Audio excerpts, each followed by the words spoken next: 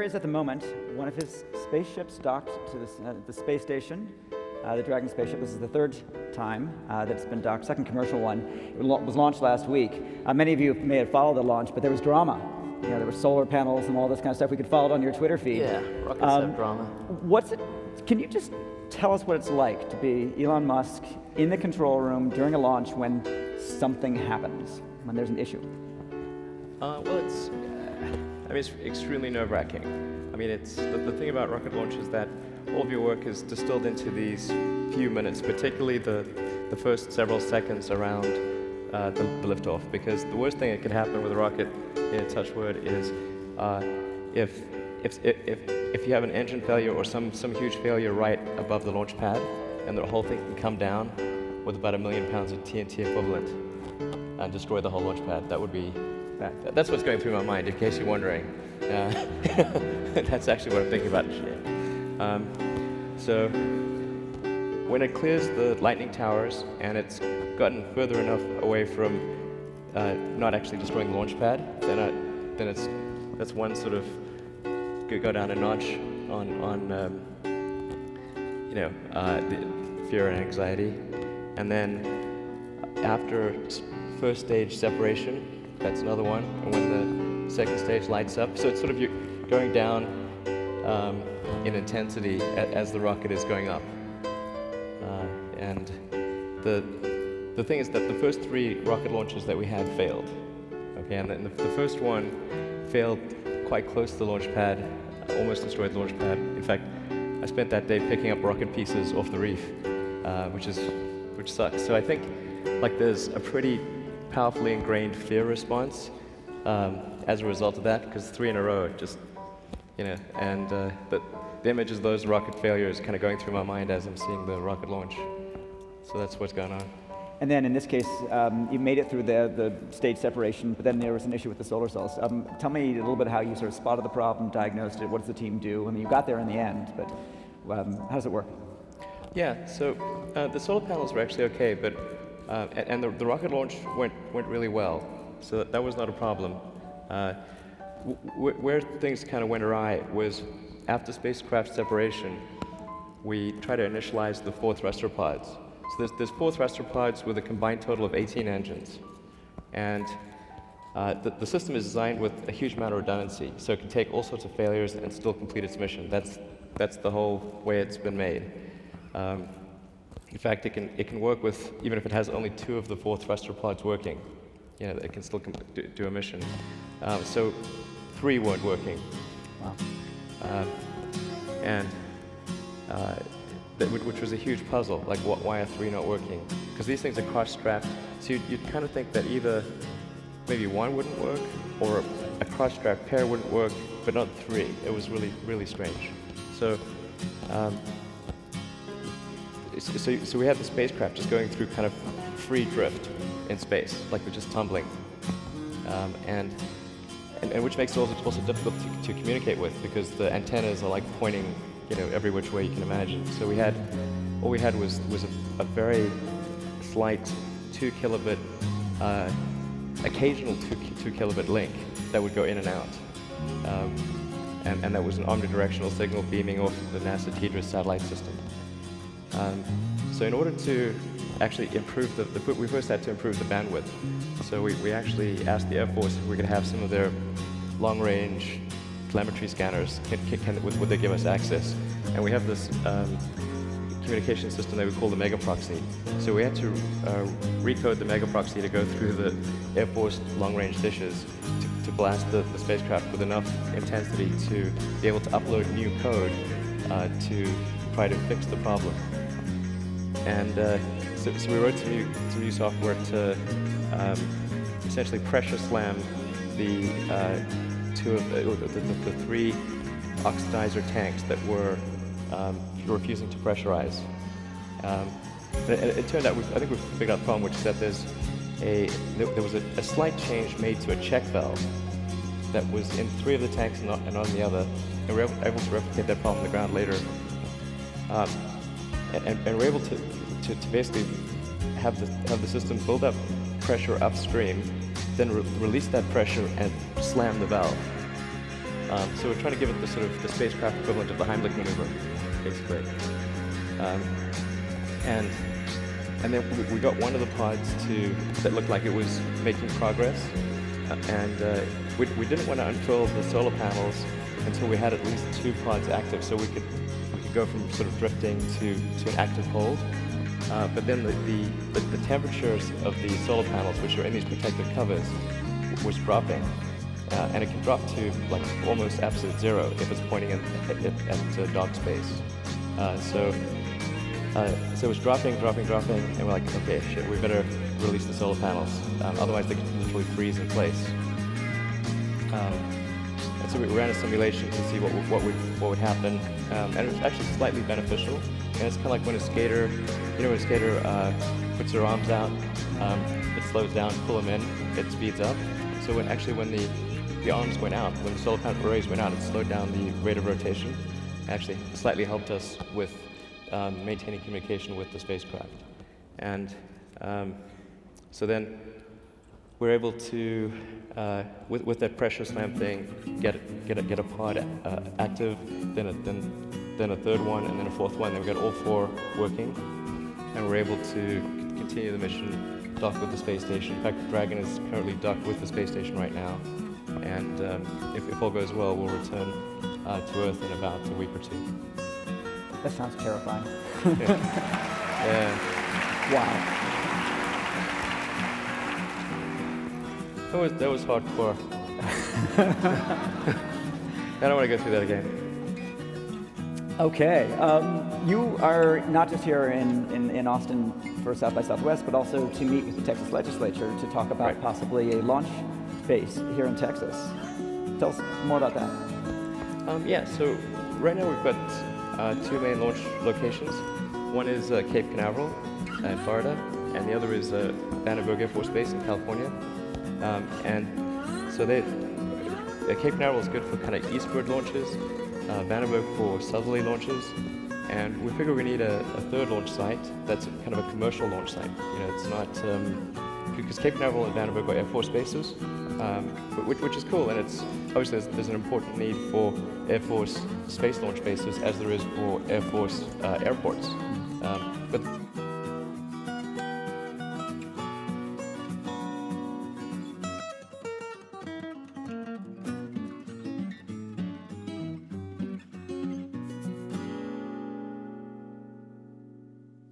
able to launch eastward, and we want to be close to the equator.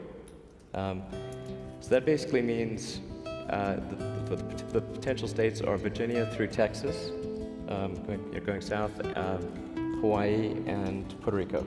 Because the other thing is we need to stay on U.S. territory, because rocket technology like we're doing is considered an advanced weapons technology, so it's very difficult to export that, if you will, to other countries. Anyway, so those are our options. Right now, Texas is arguably the leading candidate, but we need certain legislation passed that's supportive of space launch. I don't think it's particularly controversial, but one of the things we need, for example, is we need to be able to close the beach when we're doing a launch, and Texas has the Open Beaches Act. It's like, okay, we can't launch if there's someone right next to the rocket, on the beach. So that's, like I said, I don't think it's a particularly controversial thing. It's pretty straightforward, and then we kind of need a little bit of protection for kind of the 1 in 10,000 person case who complains about the thing. Like we had this dude who filed a lawsuit against us for our rocket development site in central Texas near Waco. He's like not even in the same county. He's in a neighboring county, and he like also thinks like the CIA is listening to his brainwaves. So we need like just a little bit of protection for people like that, so we're not like spending a ton of time in court. So that's basically what we're asking for. It's nothing major, and I think it's likely to move forward. So I think if things go as expected, it's likely that we'll have a launch site in Texas, which I think would be really cool. Around when? So it depends on how the environmental approvals go and all that, but I think if things go well, I mean, not all of it's in our hands. So, but assuming that things go as expected, there'd be a decision this year, and then we'd start construction next year. And probably the first launches would take place from there in 2 to 3 years. Terrific. Yeah. Falcon 9, or the rocket that launched Dragon, is a traditional rocket, which is to say it's disposable bits. But Right. you're ultimately focused on reusable rockets. Yes, absolutely. And Grasshopper is the name of that. Can you talk a little bit about why reusable, what's different about reusable, and I think you probably have some things to show as well. Yeah, absolutely. So reusability is extremely important. If you think it's important that humanity extend beyond Earth and become a multi-planet species and all that, and I mean it's super important. I think it's also incredibly obvious common sense. Like you can imagine watching like Star Trek and then they got a new starship after every trip. That would be pretty silly. And every mode of transport that we're used to, like cars, planes, trains, automobiles, horses, bikes, they're all reusable. But not rockets. And if we can't make rockets reusable, the cost is just prohibitive.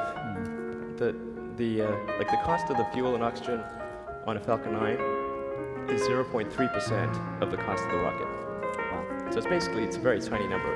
It's very similar to an airplane. So it's how much does it cost to fuel up an airplane, and how much does it cost to buy an airplane. They're very different things. So if humanity is ever to expand beyond Earth and establish a self-sustaining base on another planet, it's critical that we solve this problem. Whether it's SpaceX or someone else, someone has to solve the problem, and we can have a 100-fold reduction in the cost of spaceflight. So that's what SpaceX has been trying to do, and really that's been the goal since the beginning of the company. So far I've not been very successful in that regard. So. But I think we kind of have a handle on it. I think we've got a design that in the simulations and in CAD and so forth, it closes. Like it should work. If we can build that thing, it should work. And in fact, it may be worth just rolling the reusability video so people have a sense of what I'm talking about. I don't know where that plays, but behind us, in front of us. Can people in the audience see that? There we go. All right, so what you're seeing here is that the first stage, after stage separation, the first stage turns around, boosts back to the launch pad, and then lands propulsively with landing gear. It's kind of how rockets should land.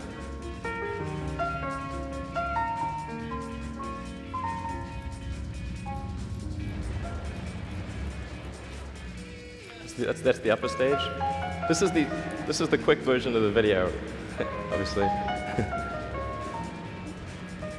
And then you're seeing Dragon version 2. So Dragon version 2 will land on thrusters with landing gear as accurately as a helicopter. So it can land anywhere on Earth with the accuracy of a helicopter. One last question about space before we turn to cars. You've talked before about how you decided to get into this. You co-founded PayPal. You don't really, you have a physics degree. You know something about the underlying mechanics, but you didn't have any space experience. Right. You decided, I think, on a train to go to Mars, and decided that you could out-compete NASA, or that you could get to Mars, you could get to space faster, cheaper, better than one of the largest space agency in the world. How did you get that confidence? Well, I think first of all I should say maybe give some of a preface to what happened before starting SpaceX. In fact, the way I sort of got into space was I was really disappointed that we had not sent anyone to Mars, that we had not progressed beyond Apollo, and I kept waiting for when we would. And it just didn't happen year after year. And so a friend of mine asked me about what I wanted to do after PayPal, and I said, well, I was always curious about space, but I didn't think about that there was anything I could do in space. And I went to the NASA website to just see when are we going to Mars, and I couldn't find that out. I thought maybe it was there, but hidden or something. But So then I thought, well, perhaps this is a question of will. Is there sufficient will to do this? And the first idea I came up with was actually to do a philanthropic mission to send a small greenhouse to the surface of Mars with seeds and dehydrated gel that would hydrate upon landing, and you'd have this cool greenhouse with these green plants on a red background. That would be the money shot. And then, people like precedents and superlatives. So it'd be the first life on another planet, furthest that life's ever traveled, and that would get people excited. And you also learn a lot about what it took to support earth plants in a greenhouse on Mars. The whole purpose of that was to get people excited about sending people to Mars and increase NASA's budget. So that was my whole goal. I was going to basically torch, yeah. It had nothing to do with competing with NASA. In fact, my goal was to increase their budget. And I should say that today, NASA is our biggest customer.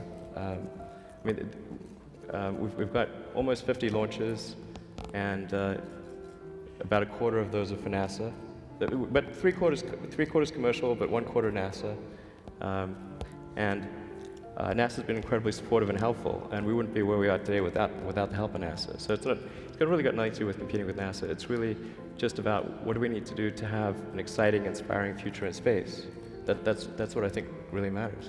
But at the end of the day, you didn't end up raising the money to pay NASA to do the mission. You ended up building your own company, and ideally to do it cheaper than governments could. Yeah. So I was able to figure out how to get the cost of the spacecraft and the greenhouse and the communication system way less than it normally would cost for such a thing. I got stuck on the rocket. And I went to Russia 3 times to try to buy a couple of their biggest ICBMs. This is in 2001, late 2001 and 2002. It was definitely an interesting experience. I sort of got the feeling I could have bought the nuke too, but didn't want to go there. And then when I got back from the 3rd trip to Russia, that's when I thought, okay, look, even if we buy these ICBMs from Russia, I thought my initial supposition was wrong, and so what I thought really was that we'd lost the will to explore, that we'd lost the will to push the boundary, and in retrospect, that was actually a very foolish error, because the United States is a nation of explorers. The United States is a distillation of the human spirit of exploration. Mm-hmm. It's ludicrous to actually, in retrospect, to have made such an assumption. But people need to believe that it's possible, and that it's not going to bankrupt them. They're not going to have to give up something important like healthcare. It's going to be a cost that isn't going to meaningfully affect their standard of living. And I think the United States would absolutely be super excited about sending people to Mars. And I think a lot of people really wish that would occur. Anyway, so that was what I came to the conclusion of, and I thought, well, if we don't make a difference in the cost of the rocket or the transport system, it doesn't matter. It's not, like I said, it's not a question of will, it's a question of way. And so that's when I came back and started SpaceX. But when I started SpaceX, it wasn't with the perspective of like, oh, we'll just take over the world with awesome rockets. I didn't know what the frick I was doing. I was like clueless. I thought the most likely outcome was that we would fail. And the first 3 rockets did fail, so. And you put all your money into it? Between Tesla, SpaceX, and Solar City, all in, yeah. That wasn't the plan at the beginning, by the way. And Peter Thiel says we don't think big anymore. You must have interesting conversations with him about that. Well, yeah, Peter's been a big supporter, actually. So he invested in SpaceX at a very important time in 2008, before we reached orbit. So after our 3rd failure, but before our first success.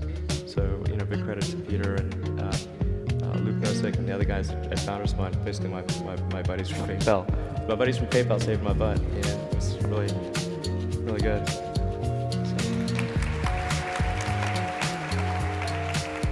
So let's talk about cars. Many in the audience may recollect the notorious New York Times review of the Model S. Yes, exactly. Of the Model S earlier this year. Yeah. And your reaction to that review, and the Times reaction to your reaction, and the effect on your share price and on orders and all that. And without rehashing the review or the facts, I'd like you just to post-mortem the entire experience. Wait, how do I do a post-mortem without any facts or anything? Post-mortem your reaction Okay. to the review, and what, put you on the couch, and what would you do differently today, having seen the way it all played out?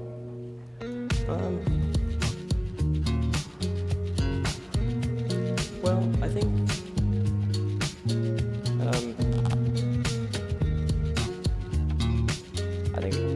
there's one thing I didn't do, and maybe still should, which is to post the rebuttal to the rebuttal, because I withheld that and waited for the public editor. I sent that information to the public editor, waited for her to do her sort of thing, and she came down kind of on the side of Tesla with respect to the fact that the article was an error, but disagreed on the motive. On the ethics?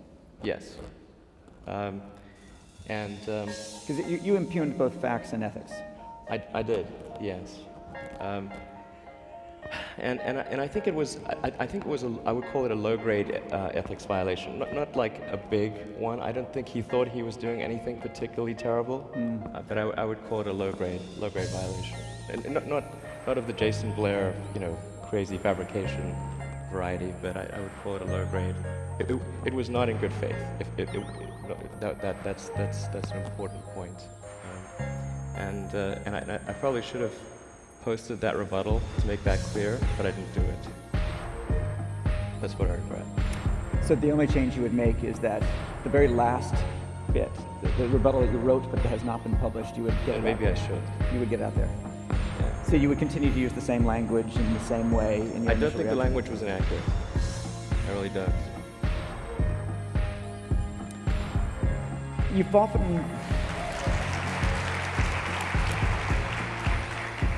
often said that one of your management techniques, one of the secrets of your success, is that you listen to negative feedback.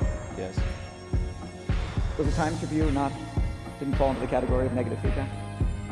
I have no problem with negative feedback. Nor do I have a problem with critical reviews. If I had a problem with critical reviews, I would spend all my time battling critical reviews. There have been hundreds of negative articles, hundreds, and yet I've only spoken out a few times. I don't have a problem with critical reviews, I have a problem with false reviews. All right. One of the technologies that you had to basically develop to near perfection, or at least work on hardest, was lithium batteries.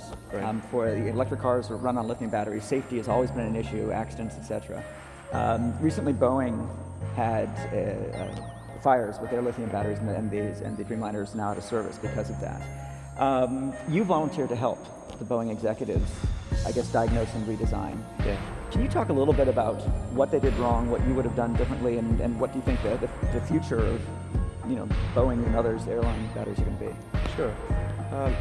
Well, first of all, on the Boeing front, I mean, obviously, even though SpaceX and Boeing compete on the space side, we have no competition on the commercial airliner side. And some of the comments that I made about Boeing have somehow been interpreted as an attack on Boeing, when it is in fact not an attack on Boeing. The only reason I actually, the main reason I should say I offered help was that there's a friend of mine, Richard Branson, whose airline is suffering as a result of this lithium-ion fire, and he was mentioning that he's losing hundreds of millions, or his airline is, as a result of this problem. I said, well, I think we could probably help, and then he said, oh great, well let me connect you with the chief engineer of the 787. I said, cool, we're happy to help. So.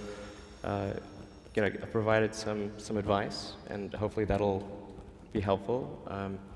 And I said we're also happy to actually do the solution if you want, and they haven't taken us up on that offer. But we're happy to help either in an advisory capacity or to do the solution, whatever would result in the 787 getting back to flight sooner. We're just trying to be productive and helpful. So I think in the case of the battery, Boeing doesn't have a ton of in-house battery expertise, so they outsourced the battery, and then we had a whole bunch of kind of nested outsourcing, where they outsourced the battery system, and then that got outsourced to another company, then to another company, and then to a whole bunch of other companies, and you're like 4 layers deep before you actually got to any hardware. And so that resulted in, I think, in a kind of a breakdown in communication. I mean, from an architectural standpoint, the fundamental issue is that I think the cells are too big, the battery cells are too big, and the gaps between the battery cells are not big enough. And the problem with a big battery cell is that the thermal pathway is in a worst case scenario is very long. So you have to say, well, if there's a hot spot in the battery, can it get its heat out? And if it's deep in the cell, it can't do that. And it's also hard to thermally condition the cells. The life of the pack will be dependent upon the temperature, the average, not the average temperature, but the worst temperature at any point in any cell. So you want to really even that temperature out. That's why Tesla is a fan of having lots of small cells, and then actively cooling each cell to keep the temperature even, and make sure that if hotspot does develop, it's a very short pathway to the cooling system, and it can take care of it. Then you also want to make sure that it's I'm getting quite technical here. Sorry.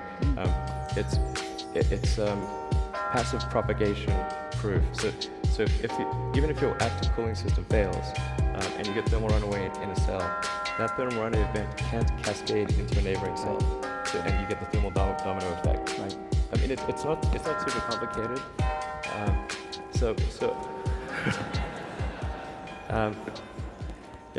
It just if you have big cells, you want big gaps, and ideally you don't want big cells. If you do, you want big gaps. Small cells, small gaps.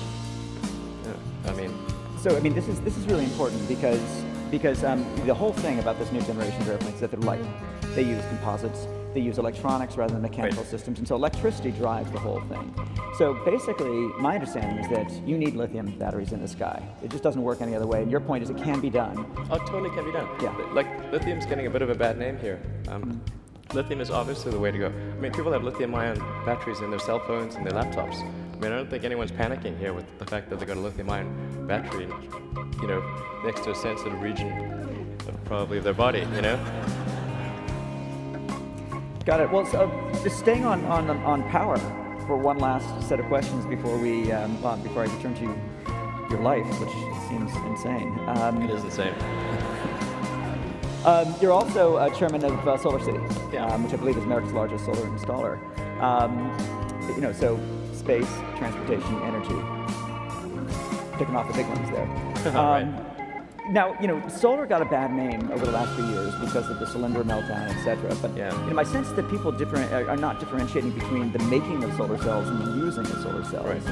and the Chinese competition and the glutting of the market on the supply side is what got Cylinder in trouble. They couldn't compete with falling prices. But you're a consumer of solar cells. Right. So how do you see, Chinese competition and sort of the glut of solar cells on the market?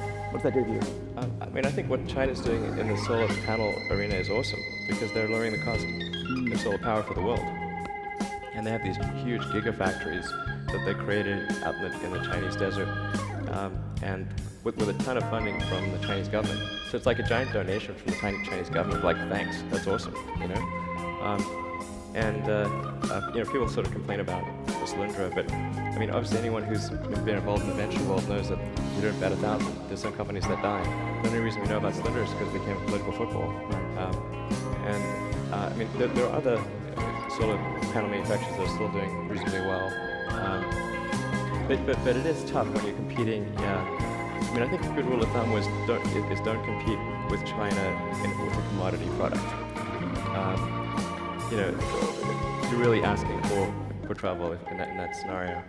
And it's really super easy to make 15% efficient or standard efficiency solar panels. It's super easy. It's like easier than making freaking drywall at this point. So it's like, does anybody think we should be competing with China in drywall manufacturing? Okay, probably not. So that's the thing. the hard part of solar power is not the panel. It's actually the whole system. It's basically designing something that's going to fit on a particular rooftop, because you have all these heterogeneous rooftops. Right. Then you've got to mount the system. You've got to wire it up. You've got to connect it, the inverters, connect it to the grid. You've got to do all the permitting. I mean, it's a bunch of like thorny, unglamorous, stupid problems. But if somebody doesn't optimize them, they're still going to cost a ton of money. And a lot of them are really not. They're not fun problems. They're not exciting problems to optimize. But they are the problems that actually matter in the cost of solar power. So it's really more like like a roofing contractor than it is a semiconductor company. I mean, what you're doing is you're putting a second roof on a building. Yeah.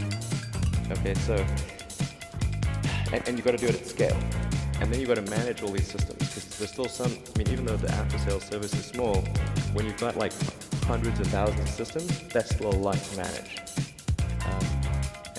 And so what SolarCity really is a giant distributed utility. And it's working in partnership with the house and business, and in competition with the big sort of monopoly utilities. I mean, I think it's like literally power to the people, okay? It's like, literally. So I think it's really awesome, because utilities just never had any competition before. And now they have to actually think about the cost of power and figure out better ways to do it and that kind of thing. I think it's really great. And the credit there is really due to Lynn and Peter Rive, co-founders. I mean, I throw in a few ideas every now and then, but mostly it's just about showing up at the board meeting to hear the good news. So those guys are just doing such an awesome job. So you are CEO and CTO of SpaceX. So not just running the company, but you're actually Chief Technology Officer as well. Yeah. You are CEO and Chief Product Designer for Tesla. So not just running the company, but designing the cars. Yeah. And you're Chairman of SolarCity. Right. What is your life like? It's very busy. And I'd actually like to take it down just a scooch, honestly. Because there are all these, I mean, these things that the last few years have been really, really great. But then there were a number of years that sucked horribly. And I'd like to just not have it be so extreme. And like last year was a year of great achievement. But honestly, I didn't have that much fun. It sucked. I didn't have that much fun. My New Year's resolution was to have a little bit more fun this year. So hey, I'm at South by Southwest.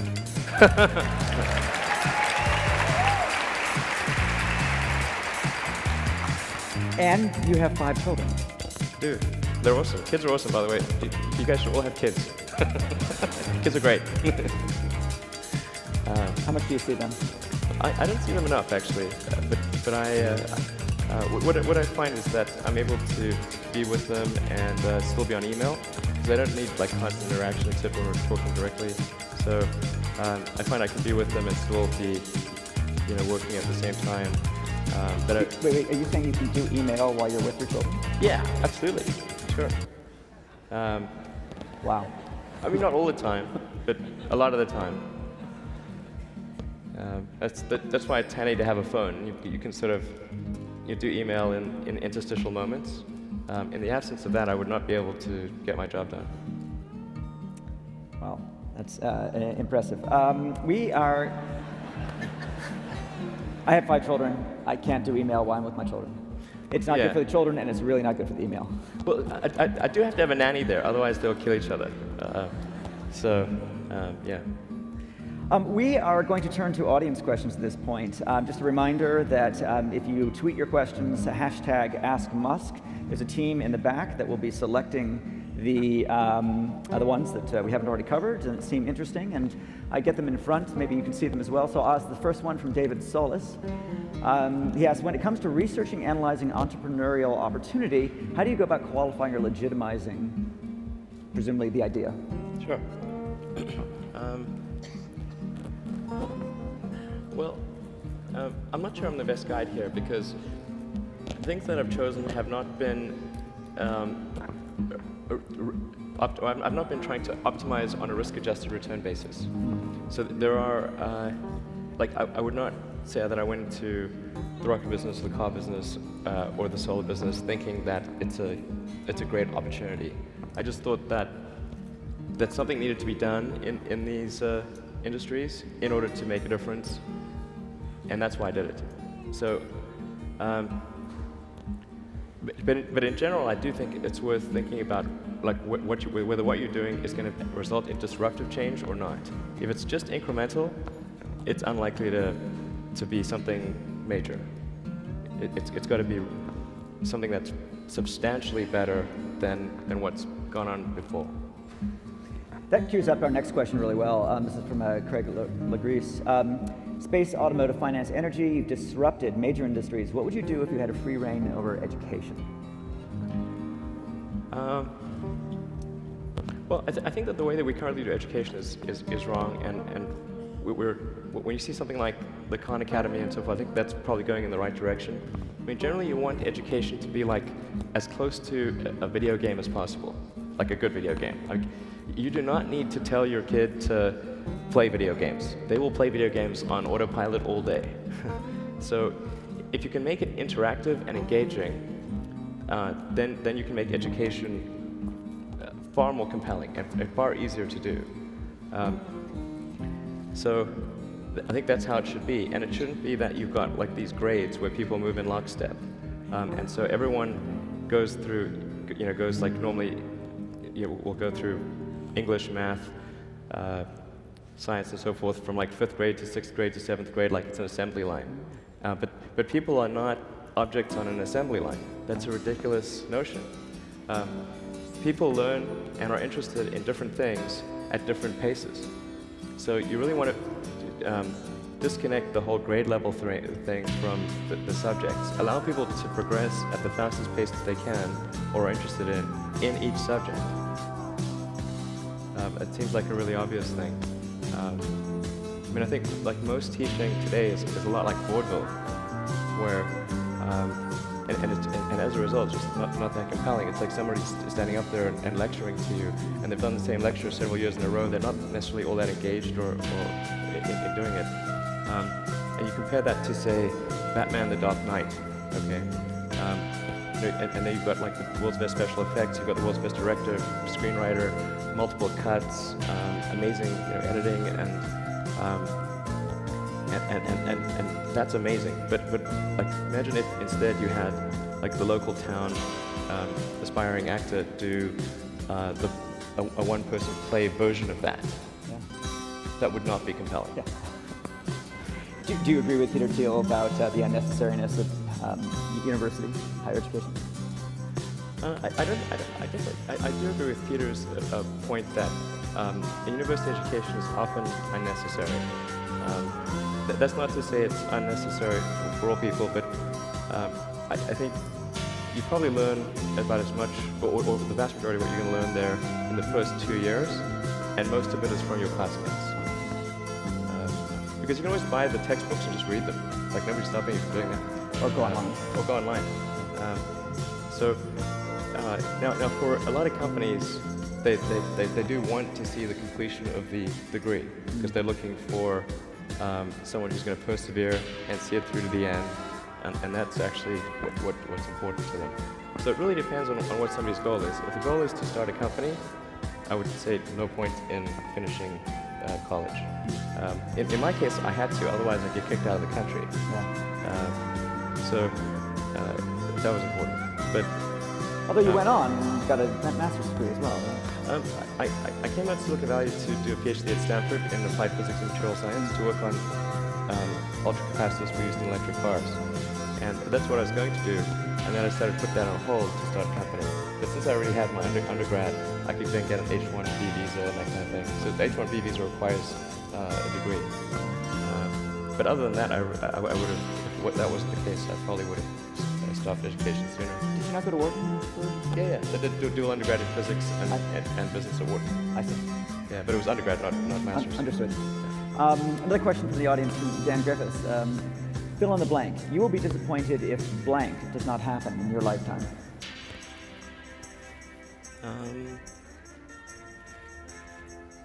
Well, probably the most thing I've disappointed is if humanity doesn't land on Mars in my lifetime, I'd be really disappointed. That would be, that would probably be my biggest disappointment. Yeah, I think that's the thing I'm most concerned about, because we're at this. I mean, obviously that's what SpaceX is working on. So I'm not trying to be self-serving here, but it's just I kind of worry that we've hit this. I don't know whether our technology level will keep going or subside. And for the first time in 4.5 billion years, the technology level is at the point where we can extend life to another planet, make life multiplanetary. And I think it's too easy to take for granted that it's going to stay above that level. And if it doesn't, and it falls below that, will it return? Who knows? The sun is gradually expanding, and in about roughly 500 million years, maybe a billion years at the outside, the oceans will boil, and there will be no meaningful life on Earth. I mean, it might be like some chemotrophs or ultra high temperature bacteria or something, but nothing that can make a spaceship. And that's, like, if you think of, like, maybe it's a 500 million year time frame, that's only a 10% increase in the lifespan of Earth. So if humanity had taken an extra 10% longer to get here, it wouldn't have gotten here at all. Yeah. And so far we haven't seen any signs of life from other worlds. That we haven't detected anything. I hope, hopefully we do, and hopefully it's not a warship coming towards us. But I just think that's the thing that really concerns me. We need to get this done, and then that is the best thing we can do to ensure the continued existence of humanity. So that's why I would say that's the most important thing. Do you personally?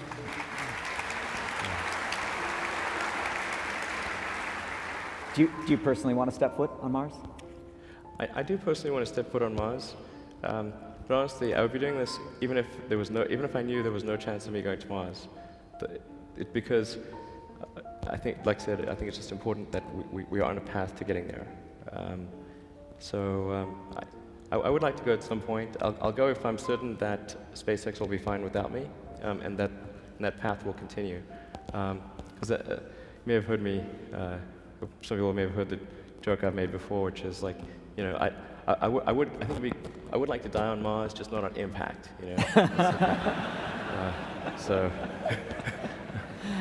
Another question from the audience. So we just lost that one. There was I don't remember who had asked this question, but the question was, which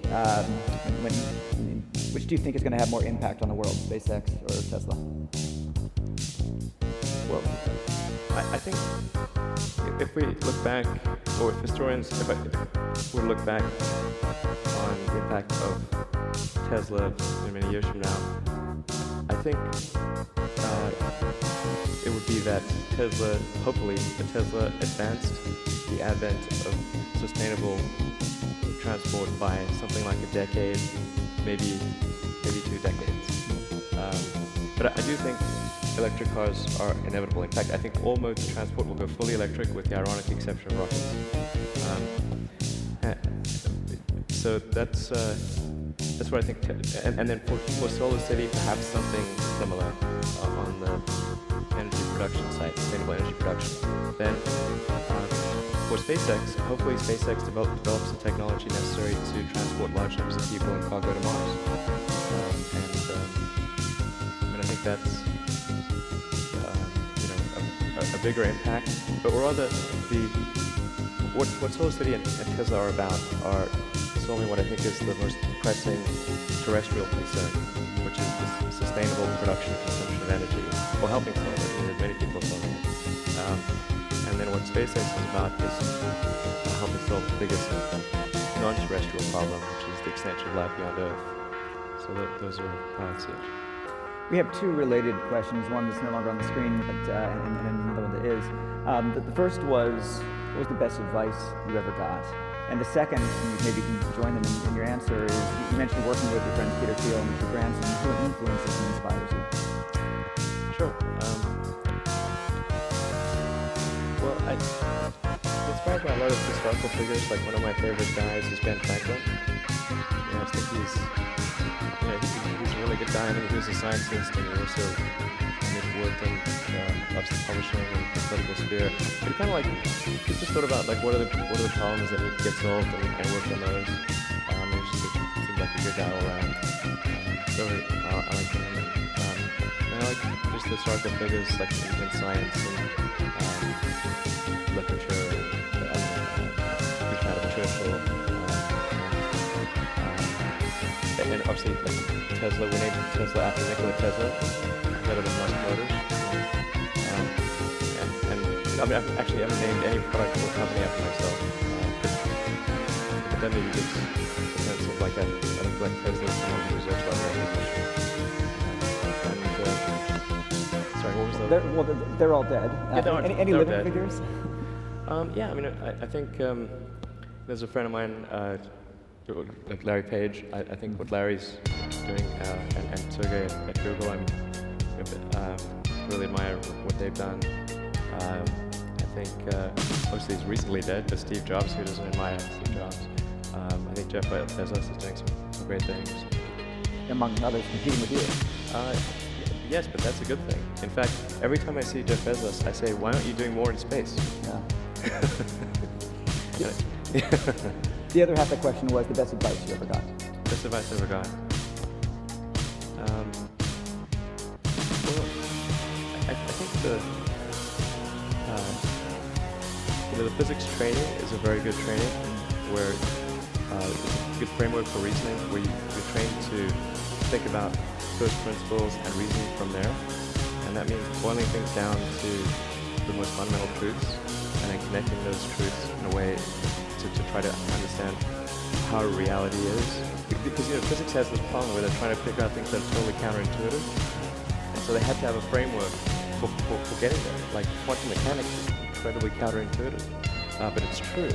And so physics developed a framework for figuring out things that aren't obvious, and that's why I think it's a lot of advice, but it's the right framework. And then just in general, critical thinking is good. Examining whether you have the correct axioms, are the most applicable axioms, does the logic necessarily connect, and then what are the range of probable outcomes? Outcomes are usually not deterministic; they're arranged. So you want to figure out what those probabilities are, and make sure, ideally, that you're at the house. It's fine to take. It's fine to gamble as long as you're at the house. The subset of that is to listen to critical feedback, which you alluded to earlier. Always solicit critical feedback, particularly from friends, because generally they will be thinking it, but they won't tell you. A question here from Adele de France. Any news or development on your Hyperloop idea? You might explain what your Hyperloop idea is. Well, what I've said is that I'm putting the Hyperloop stuff on hold until I get Tesla to profitability. Because I think if I was an investor in Tesla and they heard me sort of spouting off about the Hyperloop before I got the company profitable, they were like, hey, go do your job. So that's what I'm doing. I think once Tesla is profitable, maybe at least for a quarter, maybe 2 quarters, then I'll talk about the Hyperloop. But I think it could be an interesting way to, I think it would be an interesting way to travel really quickly from one city to the next. Quickly explain, just in one sentence, what a Hyperloop is. Well, it would be something that would be, say, twice as fast as a plane, at least in terms of total transit time, maybe a little faster. It would be immune to weather, incapable of crashing, pretty much, unless there's like a terrorist attack. The ticket price would be like, let's say, half that of a plane. So it'd be better in every way. Train of some sort, though. It's not exactly a train. It would be a new mode of transportation that doesn't currently exist. Terrestrial. Terrestrial, yeah. Okay, underground, above ground. Could go either. A kind of subway, perhaps. I think the capital cost will be less if it's mostly above ground, but you can go underground too. All right. Maybe last question. What's the biggest mistake you've ever made? And this is from Lexi Hill. What's the biggest mistake you've ever made, and how did you move forward? Looking back, was it really that big a deal? Biggest mistake? I've made lots of mistakes. Some of them are pretty big.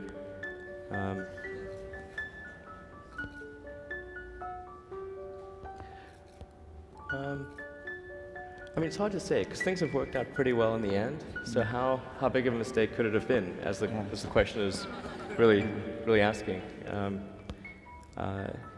You know, I did lots of dumb things at my first company and at PayPal,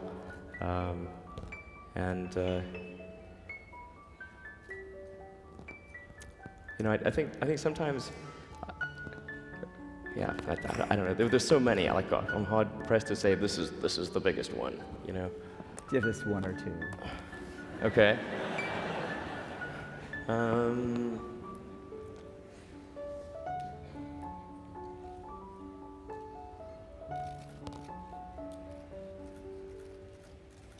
Personal, okay, professional. sure.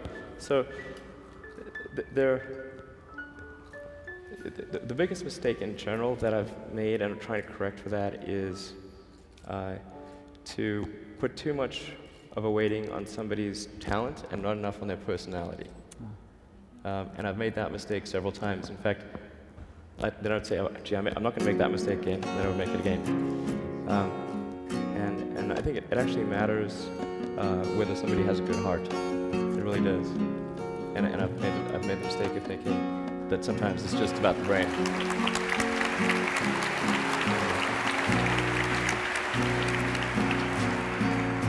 On that heartfelt note, we're done. Please join me in thanking Elon Musk.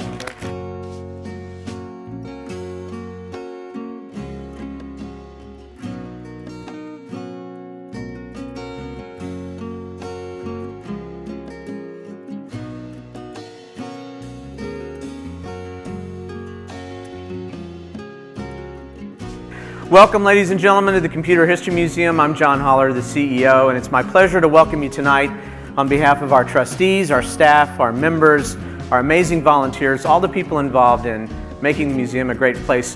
Thank you. Thank you for being here tonight for the kickoff of our Revolutionaries Speaker Series for 2013. We have major funding for the Revolutionary Speaker Series from Intel. We're delighted to have Intel's support for the fourth year running now, and it's fantastic because it enables everything that we do to make these Revolutionaries programs possible. We also get additional funding from the William K. Bowes Foundation. I want to say a special thank you to Tesla for arranging to have a Model S here this evening. I hope you had a chance to see the Model S downstairs. We've been looking forward for years to an event when we could have the Motor Trend Car of the Year at the museum, and we have it here tonight, so thank you to Tesla. We asked SpaceX for a rocket. That proved to be a little more challenging, but maybe someday. And now for tonight's program. Here's a thought exercise. If you compiled a list of the 75 most influential people of the 20th century, who would be on your list? Or if you compiled perhaps a list of the 100 people who most affected the world in the 20th century, who would be on that list? Now, think of the same list that you might start compiling for the 21st century so far. And if all of that proves to be a little too much, I can offer some help. Elon Musk has been on every single one of those lists that has been compiled for the 20th century to date, no matter who seems to be drawing the lists up. Few scientists, entrepreneurs, or industrialists of the last century could stake a claim to a career as boldly ambitious as the one Elon Musk is fashioning now. Transforming a large measure of the world's commerce and payment systems as co-founder and chairman of PayPal in 1999 might be enough for anyone for one lifetime. But Elon Musk has gone on from there to pursue his passion for solving business, environmental, and scientific problems on a global scale. He may be best known for his work at Tesla, where he serves as CEO and head of product design. The path-breaking Tesla Roadster and now the Model S have changed almost all of the assumptions that the automotive world has made about what the styling, performance, and future of a new generation of electric cars might be. Simultaneously, he serves as chairman and principal shareholder of Solar City, the nation's leading provider of solar power systems. But perhaps his most ambitious and intriguing work is taking place at SpaceX, where he is CEO and chief designer. SpaceX is erasing the boundaries between spaceflight and private enterprise. It has a multi-billion-dollar multi-year agreement with NASA to be a workhorse for cargo flights to and from the International Space Station, and in 2015, that is the company's stated goal, it will begin manned spaceflight. What is the source of Elon Musk's revolutionary thinking? How has he been able to do what he's done with the investors he's attracted and the teams that he's built? Exploring these questions and more tonight with Elon is Alison Van Diggelen, who is a very notable and noteworthy journalist here in Silicon Valley, a contributor to KQED and the Huffington Post, and one of the best interviewers in the field through her series Fresh Dialogues. We're delighted to have Alison here tonight. This is her first time on stage. She's going to be terrific, as will Elon. Please join me in welcoming Elon Musk and Alison Van Diggelen. So I'd like to start, you grew up in South Africa, and I heard a wonderful story of when you were 6 years old and you started breaking the rules even then. So you were 6 years old and you were invited by your cousin to a birthday party, but there were two problems with that. One, you were grounded, and two, it was on the other side of town. Yeah. So can you explain, tell the audience how you got there? All right. Well, I mean, this was when I was 6, so the memories are a little fuzzy at this point. As I recall, I was grounded for some reason. I don't know why, but I felt that was unjust. And I really wanted to go to this party, my cousin's party, who was 5. You know, so it's not a kid's party. But,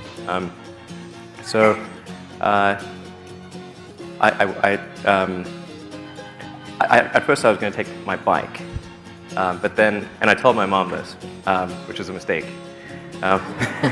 And she told me some story about how you needed a license for a bike, and the police would stop me. So I wasn't 100% sure if that was true or not, but I thought I'd better walk just in case.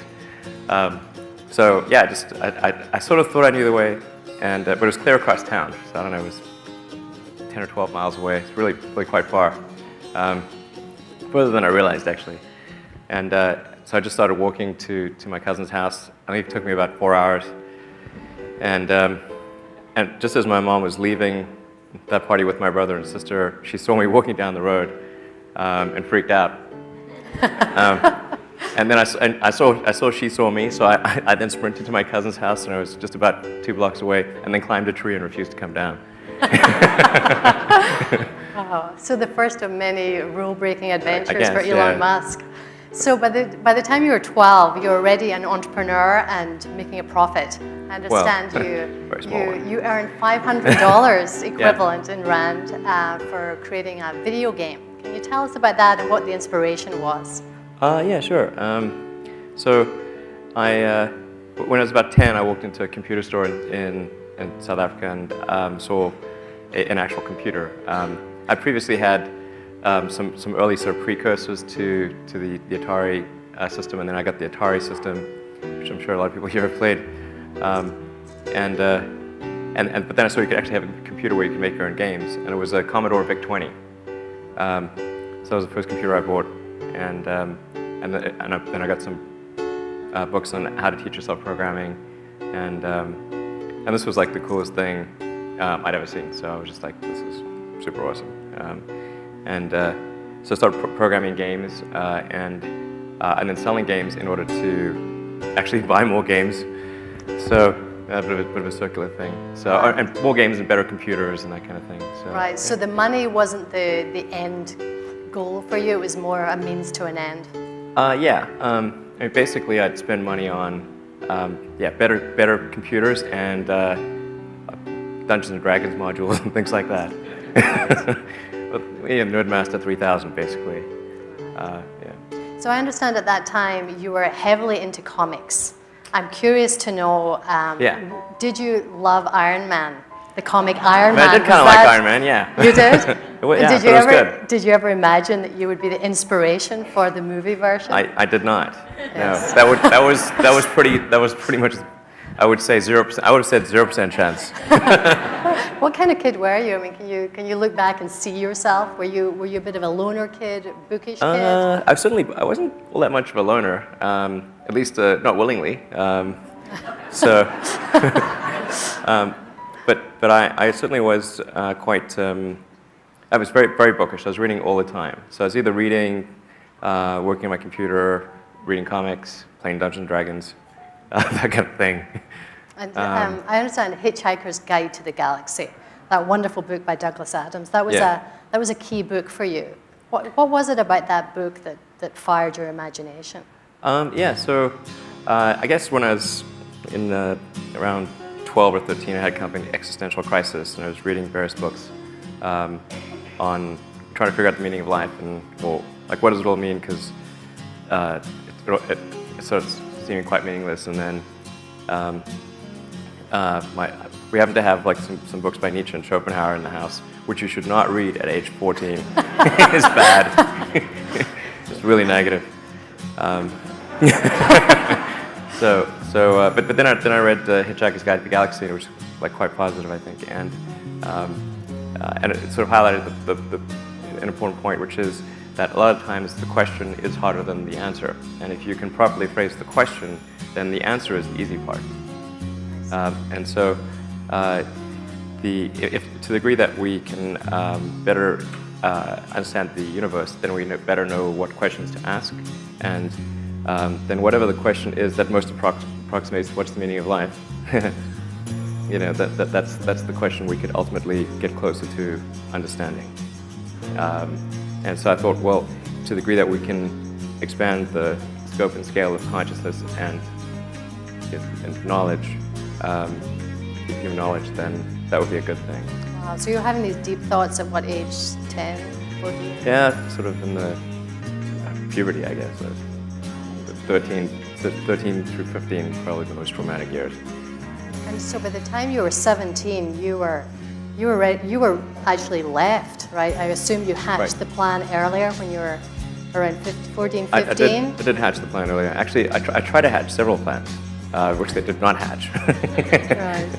But by 17, you were on a plane from South Africa. Yeah. You had enough of South Africa. You were ready to seek new pastures. Now, why was it the United States was your destination? Why not Europe or somewhere else in the world? Well, just whenever I'd read about cool technology, it would tend to be in the United States, or more broadly North America, or including Canada. So I kind of wanted to be where the cutting edge of technology was, and of course, within the United States, Silicon Valley is where the heart of things is. So, although at the time I didn't know where Silicon Valley was, it sounded like some mythical place. Really? So I wanted to come to the U.S. I tried to convince my mother or father, who were divorced, if either one of them would move to the United States, then I could get there. At one point, I convinced my father, but then he reneged, unfortunately. So you had him convinced, and then he changed his mind? He did say yes, and then he changed his mind. Why? I don't know. I guess he was fairly established. He's an engineer, and he's sort of established in South Africa, and didn't want to have to go through that again in another country. Right. So you got on that plane all by yourself at 17? Yeah. So I actually got. My mother was born in Canada, and actually her father was American. But unfortunately, she didn't get her American citizenship, so then that broke the link, and I couldn't get my American citizenship. But she was born in Canada, so I could get. I actually filled out the forms for her and got her a Canadian passport, and me too. And then, within 3 weeks of getting my Canadian passport, I was in Canada. Right. And then you ended up at the University of Pennsylvania. Yeah, you did I was a degree in physics and business. Yeah, so I was in Canada for a few years at Queen's University. I got a scholarship to go down to University of Pennsylvania, because one of the downsides of coming to University in North America was that my parents said they would not pay for college if it was, well, my father said he would not pay for college unless it was in South Africa. So it was either, so I could have free college in South Africa or find some way to pay it here. And fortunately, I got a scholarship at UPenn, and so did business dual undergraduate business and physics at UPenn Wharton. And it was there that you came up with this idea of 3 main areas that you felt were most important to humanity. Can you describe how you came upon them? Was it just one day you had a flash of inspiration, these are the 3 areas that are important and I want to concentrate on? Or how did that inspiration come to you? I think I was thinking about it for a couple of years, and during sort of freshman and sophomore year at Queen's, and then also at UPenn. And I was trying to think what would most influence the future, what are the problems that we have to solve, and I actually talked a lot to friends and my housemates and that kind of thing, and dates, which was maybe not the best thing. So, yeah. I actually met a woman I dated briefly in college, who now works at Scientific American as a writer, and she related the anecdote that when we went on a date, all I was talking about was electric cars. That was not a winning conversation. So it was a bit of a monologue, was it? Yeah, she said she said the first question I asked her was, "Do you ever think about electric cars?" She said, "No." She never does. So you learned from that. That wasn't the best shout-out line. Yeah, wasn't great. That's But great. it has recently it's been more effective. There you go. I know this man.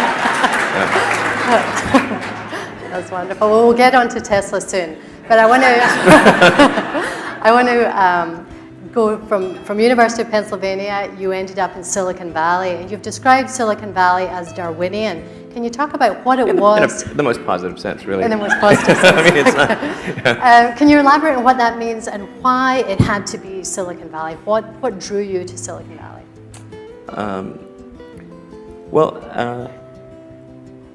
I was at Penn, and there was a professor who was chairman of a company in Silicon Valley that was working on advanced capacitors for use in electric cars, or potentially for use in electric cars. As it turns out, they're way too expensive. But I thought, well, this is really awesome, because then I asked if I could get a summer job, because it was in Silicon Valley and working on technology for electric cars. I thought, well, that's pretty much as good as it gets. So I got a summer job here. It was in Los Gatos, actually, at Pinnacle Research, doing electrolytic ultracapacitors, which were, but they had the problem was that they used a ruthenium tantalum oxide, and there was, I think, only a few tons of ruthenium mined in the world, so not very scalable. And they'd sell it to you by the sort of milligram. So, there's a problem. But it had a pretty high energy density. It's sort of roughly equivalent to a lead-acid battery, which for a capacitor is huge. But you ended up then, after that, at Stanford? Yeah, so then I thought, well, Stanford is in Silicon Valley, sort of epicenter, and so that's where I wanted to come. Either Stanford or Berkeley, and Stanford's sort of sunnier, so I liked it. Sunnier, that's great. And I understand you were at Stanford University for a whole 2 days before you decided, no, it's time, I'm going to do my first startup. Yeah, I figured, well, so this was the summer of '95, and I've been working on some internet software. So, because the 3 things I thought would affect the world were the internet, sustainable energy, and space exploration, making life multiplanetary. So, but on the internet thing, I just couldn't figure out how to make enough money to feed myself. Because if I didn't make money, then I would run out of food and die. So that was not good. So basic needs, so, right? Yeah, literally. So whereas if I was a student, then I could be teaching assistant and do various things and do research on electric vehicle technologies. That was my default plan. But then I also thought that if I did a PhD at Stanford, then I would spend several years watching the internet go through this incredibly rapid growth phase, and that would be really difficult to handle. It's like you really wanted to be doing something. So you saw the wave growing. Yeah, it sort of really seemed like things were going to take off. Although nobody had made any money on the internet at the time. In '95, there was really nobody was making any money on the internet. And in fact, even on Sand Hill Road, people were like, "What's the internet?" They were amazingly when we tried to get funding for a company, and I think it was November or something of '95, there about October, November, more than half of the venture capitalists we met with did not know what the internet was and had not used it. That's amazing. Yeah, literally. And How far it's has like, it isn't that? They were literally asking, isn't that something that the government and universities use? I'm like, for now.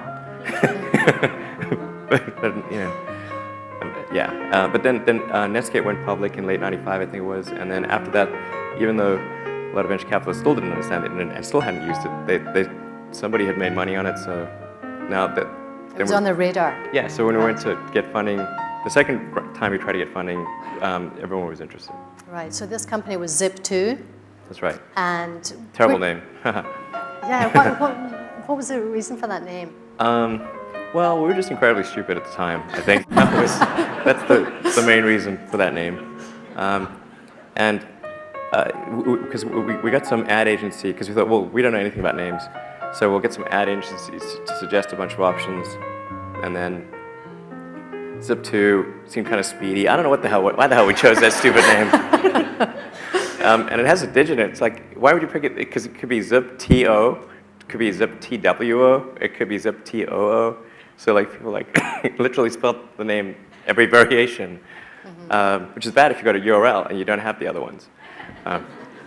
So Zip2 started off as basically, like I said, we're trying to figure out how to make enough money to exist as a company, and so since there wasn't really any advertising money being made, we thought we could help existing companies get online, bring their stuff online. So we developed software that helped bring a lot of the newspapers and media companies online, because a lot of them just didn't know what the internet was. You had some big customers, didn't you? Yeah. And even the ones that were aware of the internet didn't have a software team, so they weren't very good at developing functionality. So we had, as investors and customers, the New York Times Company, Knight Ridder, Hearst, and so we were able to get them to pay us to develop software for them to bring them online, so online publishing stuff. And we did maps and directions and yellow pages and white pages and various other things. We developed quite sophisticated technology, actually, but it wasn't actually being employed super well by the media companies. Like we would suggest ways to use it, and then it would not be used as effectively as it could be. It was very frustrating. Right, but you did sell that company successfully to Compaq. Yeah. Right, and that allowed you to go on and create X.com. That's right. Yeah, exactly. So Compaq had AltaVista. So their thought was combine AltaVista and a bunch of other technology companies and see if that would work, which it did not.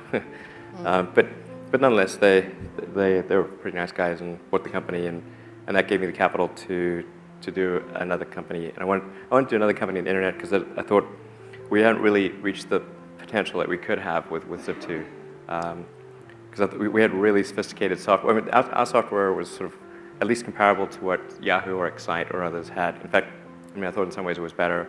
So, but it wasn't because it was all filtered through these partners. It wasn't getting properly used.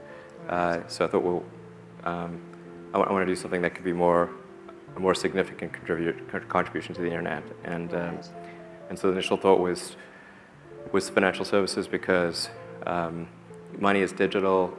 It's low bandwidth. At the time, there was, most people were on modems, still on modems, and because this was late '98, early '99. So this was X.com was a precursor to PayPal, basically. That's right. Yeah. Right? You merged with Confinity, and it became PayPal. Major success. Yeah, so it worked out better than we expected.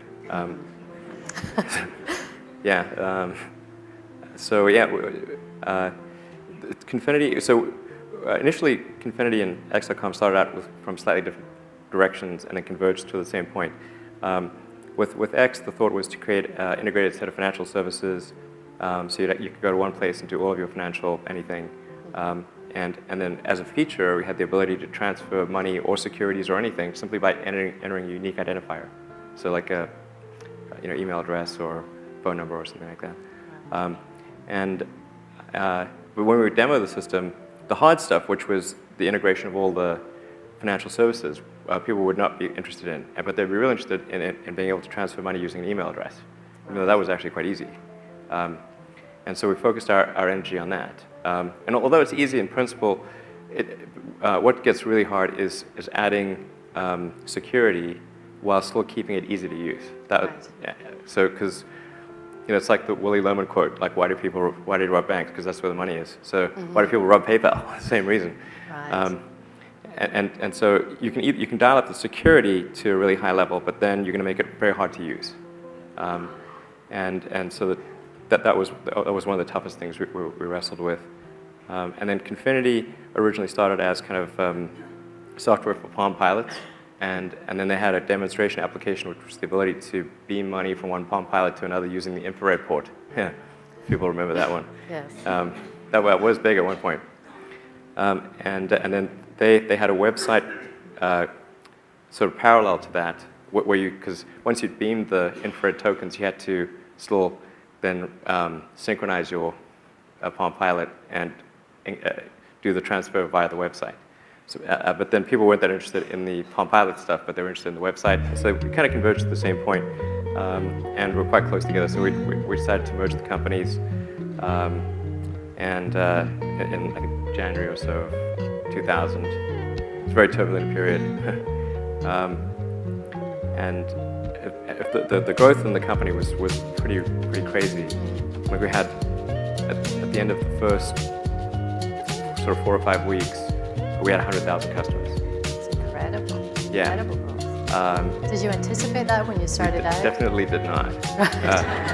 And it wasn't all good because we had some bugs in the software, and even if the bug only occurs 1 in 1,000 times, still, right, you have 100,000 like customers, you have that. 100 very angry customers. Like, where's my money? That would be, Yes. a reasonable concern that people would have. And then we had customer service on University and Avenue in Palo Alto. There were 5 people. So when something went wrong, customer service phones would basically explode. Oh my goodness. So we had many challenges, and then the various financial regulatory agencies were trying to shut us down. Visa and MasterCard were trying to shut us down. eBay was trying to shut us down. The FTC was trying to shut us down. There were a lot of battles there. Wow. It's quite incredible with all that adversity you conquered. And you came out with several 100 million, right? Yeah, it was a close call. We definitely, came very close to dying there in 2000 and 2001. What was the reason for that success? What would you put it down to in that case? How did you overcome? Well, I think we had a really talented group of people at PayPal, and a lot of those people have actually gone on to start many other companies. Yes. Like YouTube, LinkedIn, Yelp, Yammer. It's like quite a long list, actually. So for you personally, there you were with several 100 million. Were you not tempted just to go and buy an island? Not really. What was it that drove you? What I'm getting at, because I know you didn't, but Sure. what I'm getting at is why were you so driven to jump into the next thing? Well, I was... Did you take any time off? I did take a bit of time off because after PayPal, I did reasonably well for PayPal. I was the largest shareholder in the company, so and we were required for about $1.5 billion in stock, and then the stock doubled. So, it did reasonably well. But the idea of like lying on a beach as my main thing just sounds like the worst. That sounds horrible to me. Just the Because boredom factor. I would go bonkers. I would, I would have to be on serious drugs. Or serious pina coladas. Right, exactly. Right. It's just, I'd be super duper bored. So that, I like high intensity. I like going to the beach for a short period of time, but not much longer than a few days or something like that. Right. So let's talk about the seeds of SpaceX. I understand it started not as the idea of let's start a rocket ship company. You had a philanthropic idea. You were really surprised when you found out that NASA didn't have any plans to go to Mars. And you Yes. came up with this idea of let's put a greenhouse on Mars. So can you explain how that whole idea came into being for SpaceX?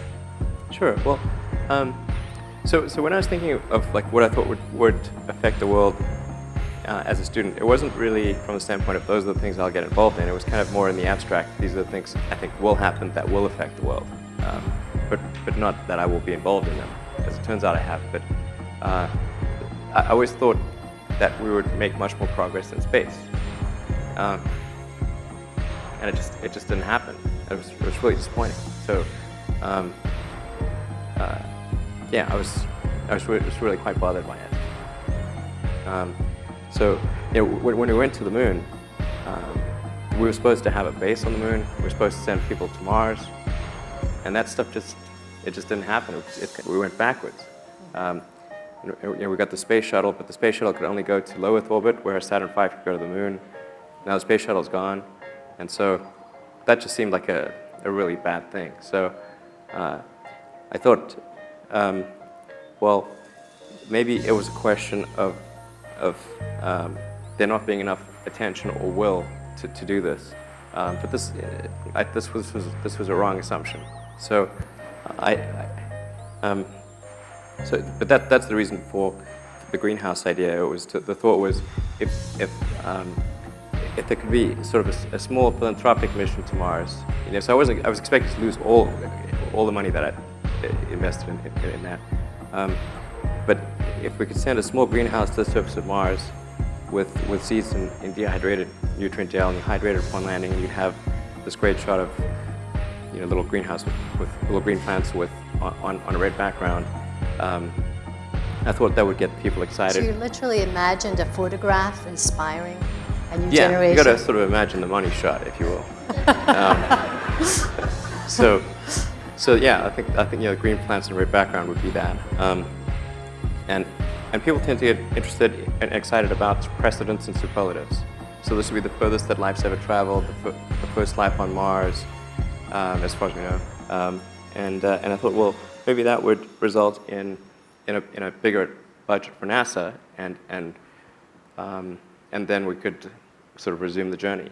Mm-hmm. That was the basic idea. And I spent several months on this, actually, and went to Russia 3 times, because I was able to figure out how to get the cost of the spacecraft low, and the communications, and the greenhouse and all that to a reasonable number. Reasonable meaning several $1 million. Did you actually physically draw out a greenhouse of how you imagined it? Actually, I hope we got that somewhere. That'd be amazing to see. Yeah. I mean, I'm sure it looks pretty goofy in retrospect, but that's the idea that we had, and I spent several $100,000 just kind of getting the design worked out and engaging some companies to come up with design specifications for the subsystems, but then it came to buying the rocket, and the problem was that the cost of rockets is really high, and the lowest cost rocket in the U.S. at the time was the Delta II, Boeing's Delta II, and that would have been about $50 million. And then you'd still need to have like an upper stage for Mars, so probably $60 million all in. And that was, and I wanted to do 2 of these missions because I thought if I did just one and it didn't work, then that could have like the opposite effect. Like, look how dumb it is to do things to try to send things to Mars. Look at all this money down the drain. Yeah, right? What an idiot. So I wanted to do 2, and I just didn't have enough money to do 2 complete missions. Right, so you had a budget of about $100 million, something like that. Well, I was hoping it would be less than that, but not more. Not more than that. But then, yeah, I guess roughly on that order is about the most I'd be. I couldn't spend much more than that. So the Russians didn't help you out? Yeah, 3 quite interesting trips to Russia to try to negotiate purchase of 2 Russian ICBMs. Yeah. And did they think you had evil intent? No, they just thought I was crazy. But I mean, that's not good either, if you're buying ICBMs. But minus the nuke. I mean, I think that would have been a lot more. So you didn't talk nukes to them? No, I mean, I slightly got the feeling that that was on the table, which was very alarming.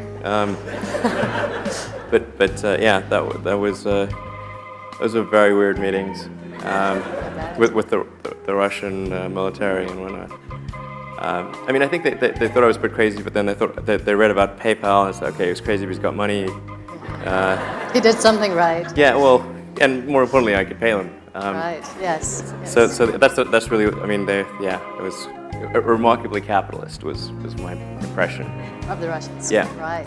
I have heard that before. Yep. So tell me, what was the turning point from talking with the Russians and then deciding, okay, I'm going to do this. I'm going to set up a company. What was that turning point for you? Well, I guess I came to the conclusion that my initial premise was wrong. That in fact there's a great deal of will. There's not such a shortage, but people don't think there's a way. And that if people thought there was a way, or at least something that wouldn't break the federal budget, then people would support it. Which, in retrospect, I think is actually kind of obvious because the United States is a distillation of the human spirit of exploration.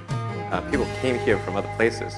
I mean, it's there's no nation that's more a nation of explorers than the United States. But people need to believe that it's possible and that it's not. They're not going to have to give up like healthcare or something important. It's got to be that's important. So I thought, okay, well, then it's not a question of will. It's a question of showing that there's a way. And I started reading quite a bit about rockets to try to understand why they're so freaking expensive. Is there something, where does the $60 million go for the Delta II? And that subsequently, now Delta II, I think, is $100 million. It's a crazy number. And Delta II is, that's a relatively small rocket.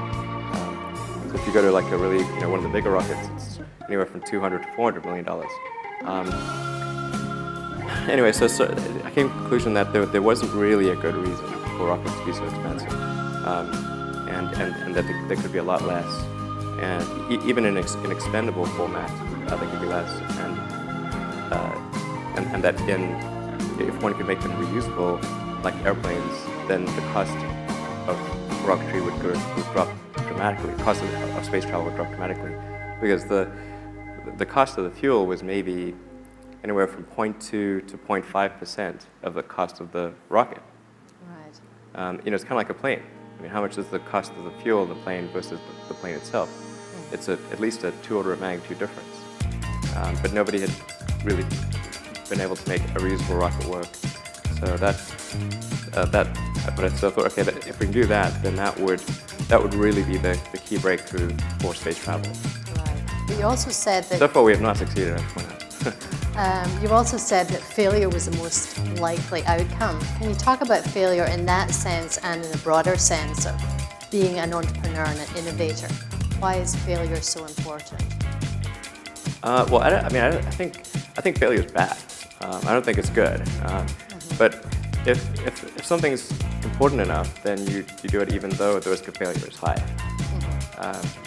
And so I think my advice if somebody wants to start a company is they should bear in mind that the most likely outcome is that it's not going to work.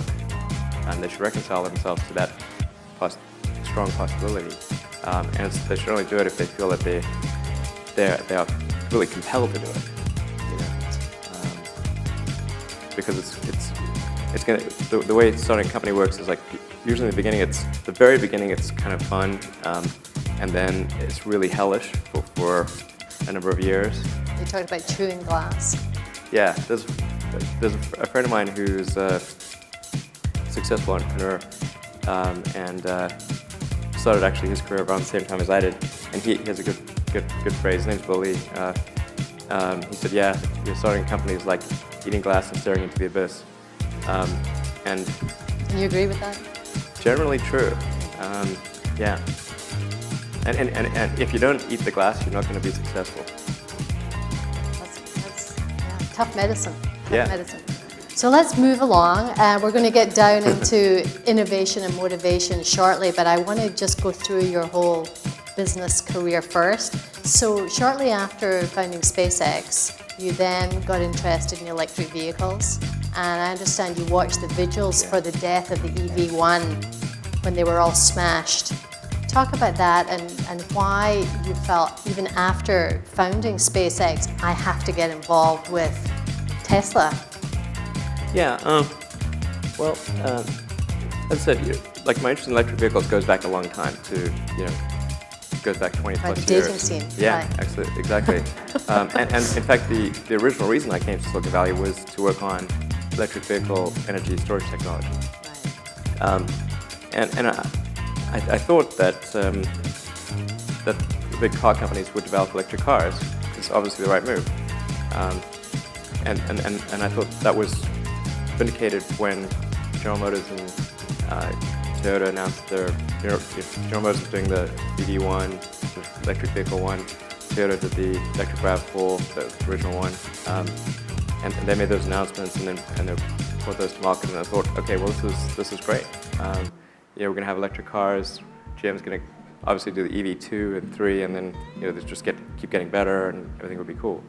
And then when California relaxed its regulations on electric cars, GM recalled all of the EV1s and crushed them into little cubes, which seemed kind of nutty. So in fact, the people didn't want their EV1s recalled. Yeah. And in fact, they tried court orders to stop the cars from being recalled. They held a candlelit vigil, at the yard where the cars were crushed. Did you attend that vigil? No, I did not. You're moved by it. Well, certainly. I mean, it's crazy. When was the last time you heard about any company, customers holding a candlelit vigil for the demise of that product? Particularly a GM product. Okay. I mean, what bigger wake-up call do you need? It's like, hello, the customers are really upset about this. They would really prefer it if it didn't get recalled. So that kind of blew my mind. So it was like, wow, okay. And then we had the advent of lithium-ion batteries, which really helps it makes. That's one of the key things to making electric cars work. It's still nothing. And so in 2003, I actually had lunch with one of the other co-founders of the company, J.B. Straubel, who was actually working, I think, on like a hydrogen airplane or something. And he mentioned to me the T0 car that was done by AC Propulsion. AC Propulsion, I think, consists of guys, some of whom had actually been on the EV1 program, and they took a gasoline sports car, kind of a kit car, and outfitted it with lithium-ion batteries, sort of consumer-grade cells, and they created a car which is essentially the precursor of the Roadster, and in fact it had very similar specifications. So it's a sub 4 second 0 to 60 miles an hour, 250 mile range, and also a two-seater sort of sports car. But it was quite primitive. It didn't have a roof, one thing, at all.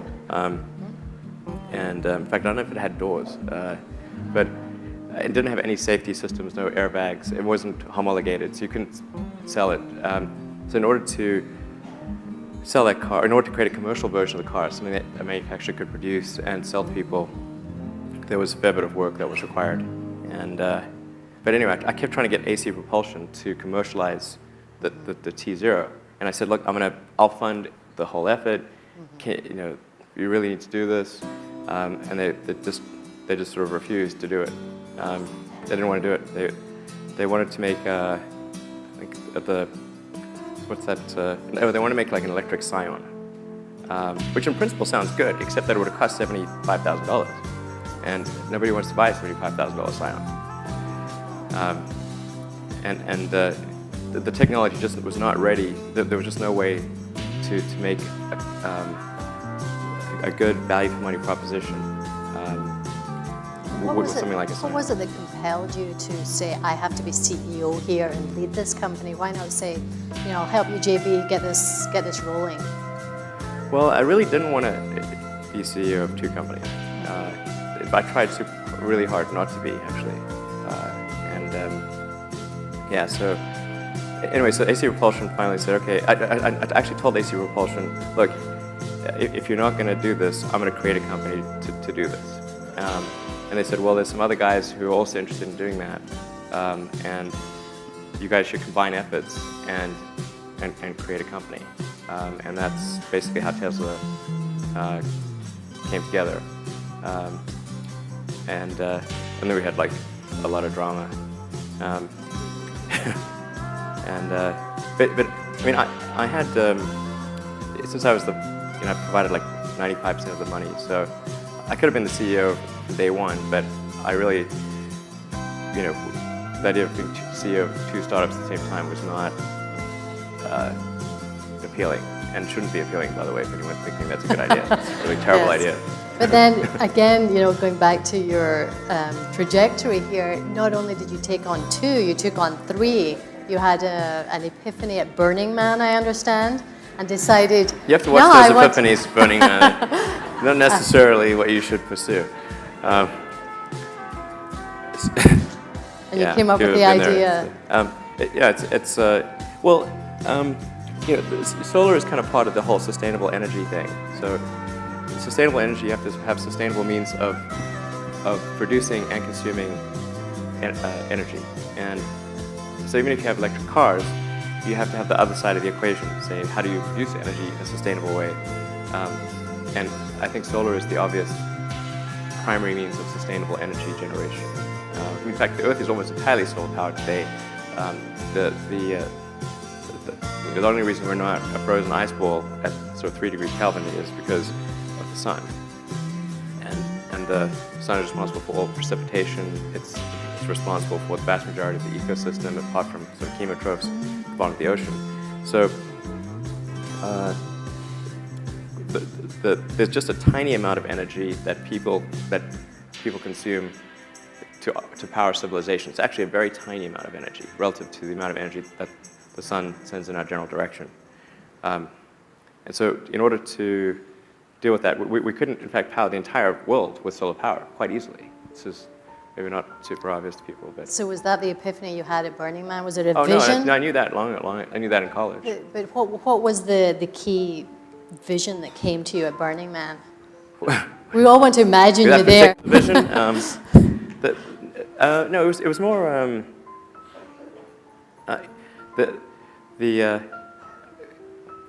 I wouldn't say it was a particular epiphany. It was more that I was at Burning Man with my cousins, or two of my cousins, Lyndon and Peter. Lyndon and Peter Rive, who are awesome guys, and they were sort of trying to think what should they do after their first startup. So they did a company called Everdream, which did large-scale management of computers. So if you've got like 60,000 computers, it's kind of hard to manage them. So they created software that enables companies to do that. And that company actually got sold to Dell. So they were looking for a new venture and looking for your ideas? Well, I wouldn't say they were initially looking for my ideas, but I actually was trying to convince them that they should do solar. Because I just thought it was an area that needed people like them, who are really good entrepreneurs. So, and since I was like somewhat overcommitted, I thought to say the least. Yeah, I thought, well, and I said, like, look, if you guys will do a solar company, I'll fund you, provide all the funding and whatever guidance I can or help I can provide. I do that, and I thought it was really important that there be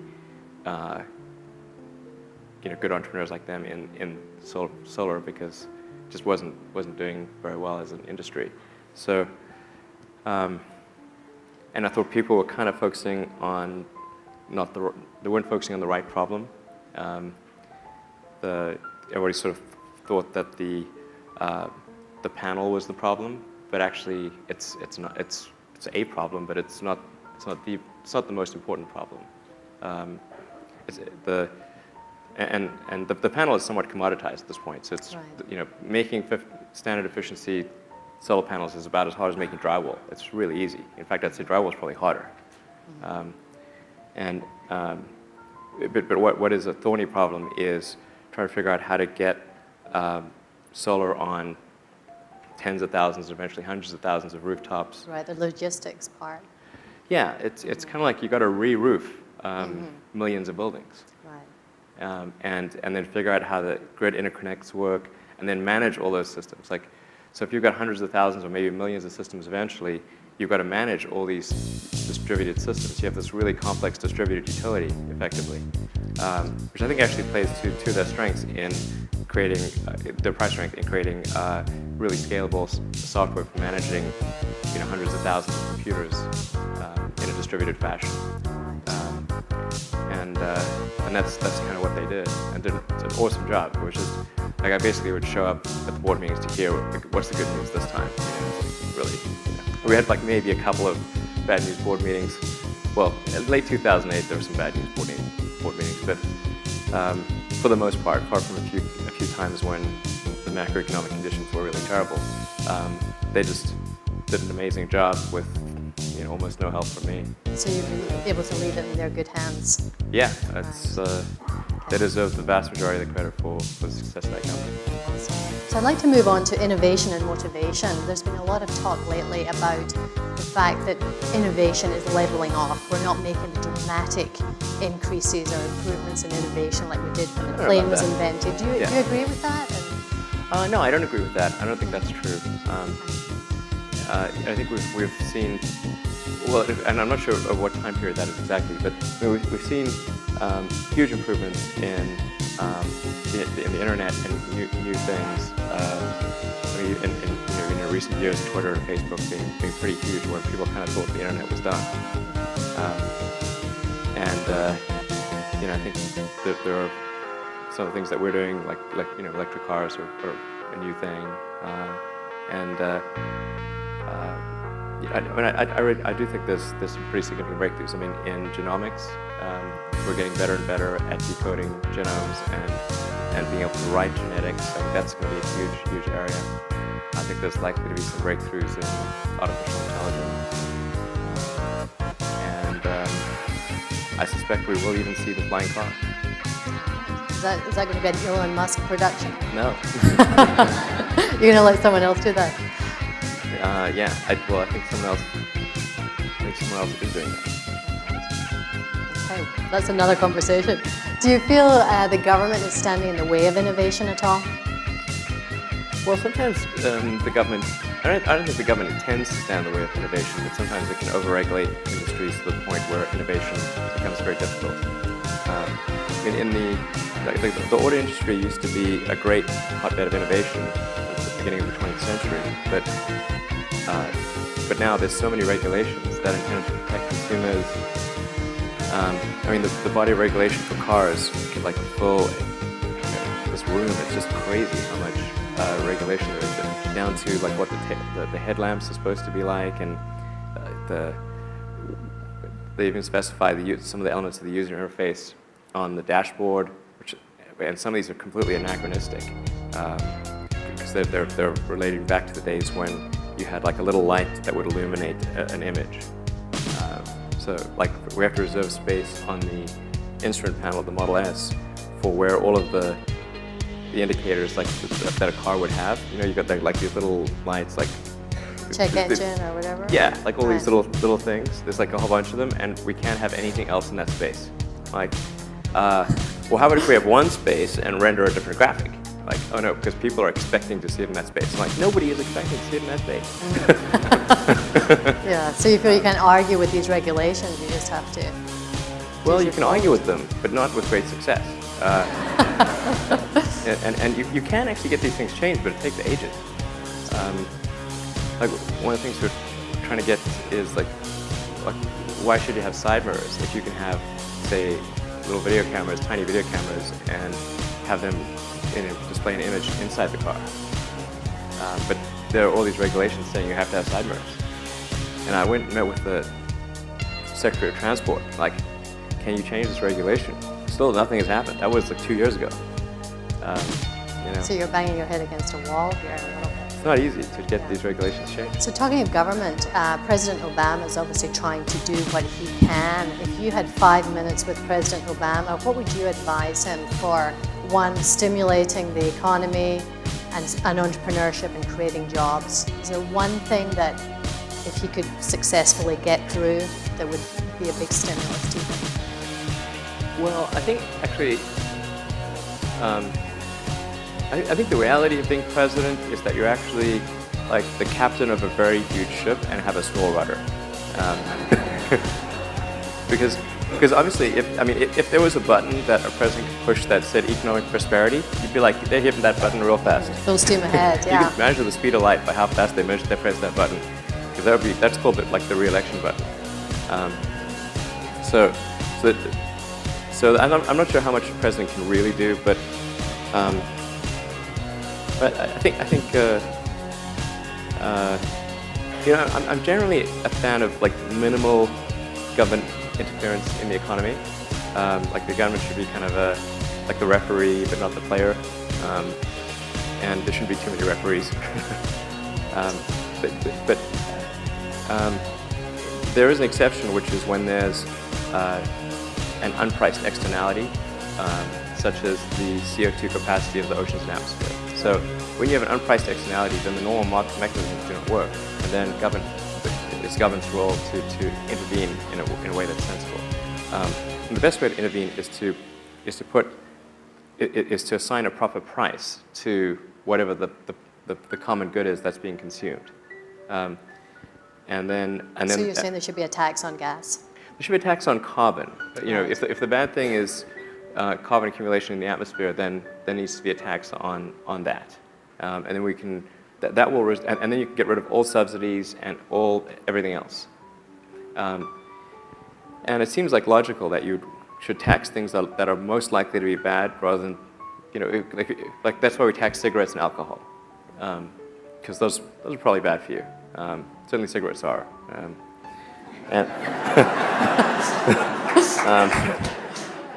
So you want to err on the side of taxing things that are probably bad, and not tax things that are good. And so I think, given that there is a need to gather tax for the, to pay for the federal government, we should shift the tax burden to bad things, and then adjust that tax of that bad thing according to whatever is going to result in the behavior that we think is beneficial for the future.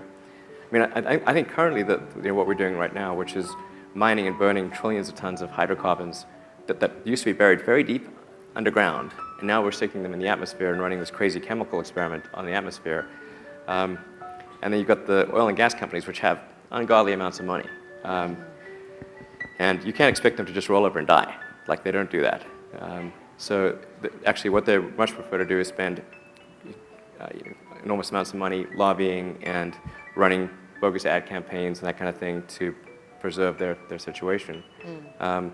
It's a lot like tobacco companies in the old days. I mean, they used to run these ads with doctors, like a guy with a doctor, pretending he's a doctor, essentially implying that smoking is good for you, Right. and like having pregnant mothers on ads smoking.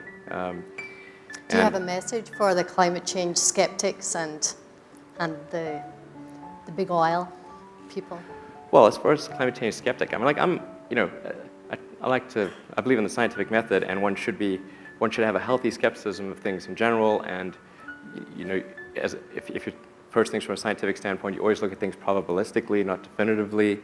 And so I think a lot of times, if somebody's a skeptic in the science community, what they're really saying is that they're not sure that it's 100% certain that this is the case. But that's not the point.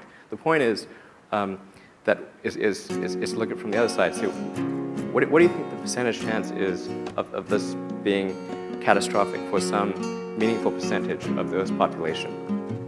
Is it greater than 1%? Is it even 1%? If it is even 1%, why are we running this experiment? Right, Because you called it a Russian roulette. We're playing Russian roulette with the atmosphere. we're playing Russian roulette, and as each year goes by, we're loading more rounds in the chamber. It's not wise. So that's, and what makes it super insane is that we're going to run out of oil anyway. Like, it's not like there's some infinite oil supply. We're going to run out of it. So we know we have to get to a sustainable means of transportation no matter what. So why even run the experiment? It's the world's dumbest experiment. Yeah.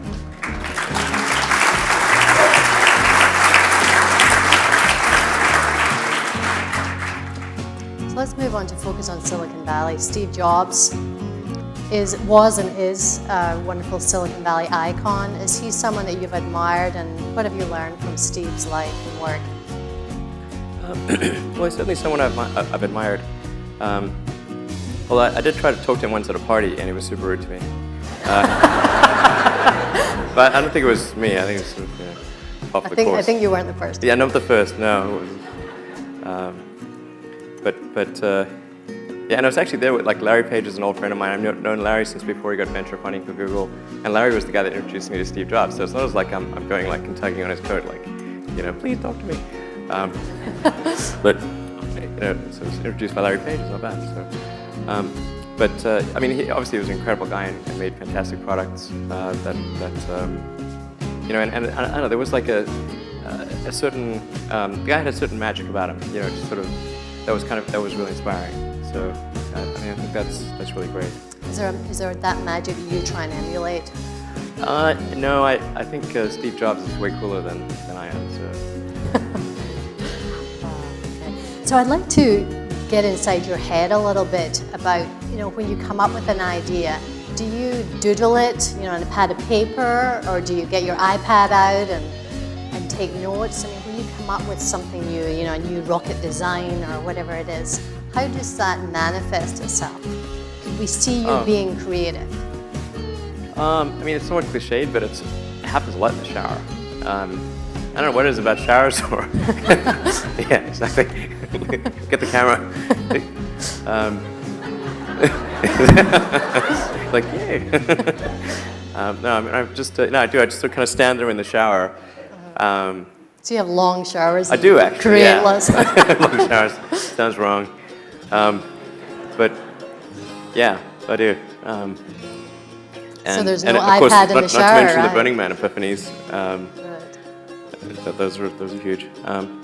So, yeah, I think that's, yeah.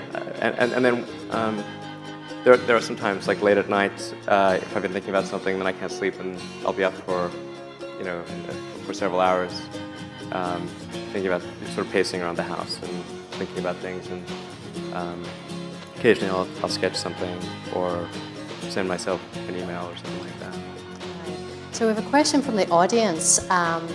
Who inspires you, or do you have a mentor? I don't have a mentor per se, although I try to get feedback from as many people as possible. So I have like friends, and I ask them to, what they think of this, that, and the other thing. And as mentioned, Larry Page is a good friend of mine. I value his advice a lot. And I have many other good friends, and so I think it's good to solicit feedback, and particularly negative feedback, actually, because obviously people don't love the idea of giving you negative feedback, unless it's like some, on blogs they do that. Yeah, how do you deal with negative feedback? Because you got some tough criticism, especially with SpaceX. You had incumbents like Neil Armstrong even speaking out and saying, this is wrong. We don't want commercial companies in space. It's not a place for commerce.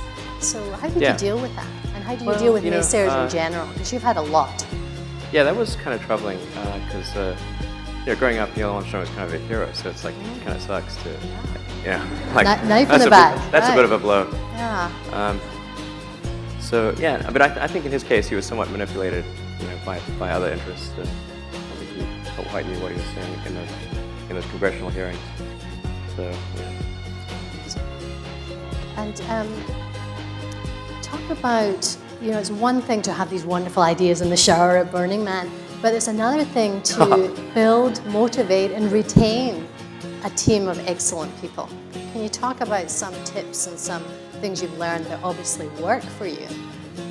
Yeah, well, I mean, if you think about a company is a group of people that are organized to create a product or service. That's what a company is. So in order to create such a thing, you have to convince others to join you in your effort. And so they have to be convinced that it's a sensible thing, that that there's at least some reasonable chance of success, and if there is success, that the reward will be commensurate with the effort involved. So I think that's getting people to believe in what you're doing and in you is important. So in the beginning, there will be few people who believe in you or in what you're doing, but then over time, as you make progress, the evidence will build, and more people will believe in what you're doing. So I think it's a good idea when creating a company to have a demonstration, or if it's a product, to have like a good mock-up, or even if it's software, to have good demoware, or to be able to sketch something so that people can really envision what it's about. Try to get to that point as soon as possible, and then iterate to make it as real as possible, as fast as possible.